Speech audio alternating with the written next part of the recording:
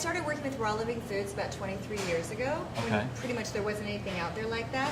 I was looking for what was the answer to all of these degenerative diseases that had suddenly kind of sprung up. Like when I was a child, actually, you'd only know like somebody who had cancer that was maybe like somebody's cousin's uncle. It was very rare. Right, right. And then in the late 80s, all of a sudden, like every 12th person either had it or knew somebody who had it. And so I thought, well, what's going on? What's changed? You know, because that's not normal. And what I found with a little investigation was that the food supply had changed pretty radically. And all of the corn that had been introduced into the American diet, like 1985, everything changed.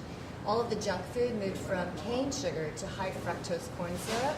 Okay. And at the same time, they started feeding corn to all the animals.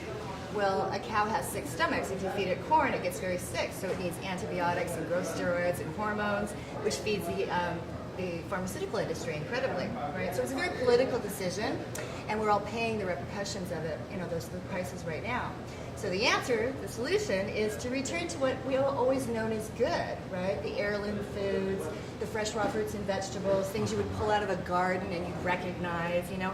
If you're looking at a label and there's all these, you know, chemicals and crazy words in there that you don't know. Right, yeah. Not like, you know, cucumbers and bell peppers and things that you would recognize, then you can know that there's a lot of chemicals in there, and those chemicals eventually are going to hang out in the liver.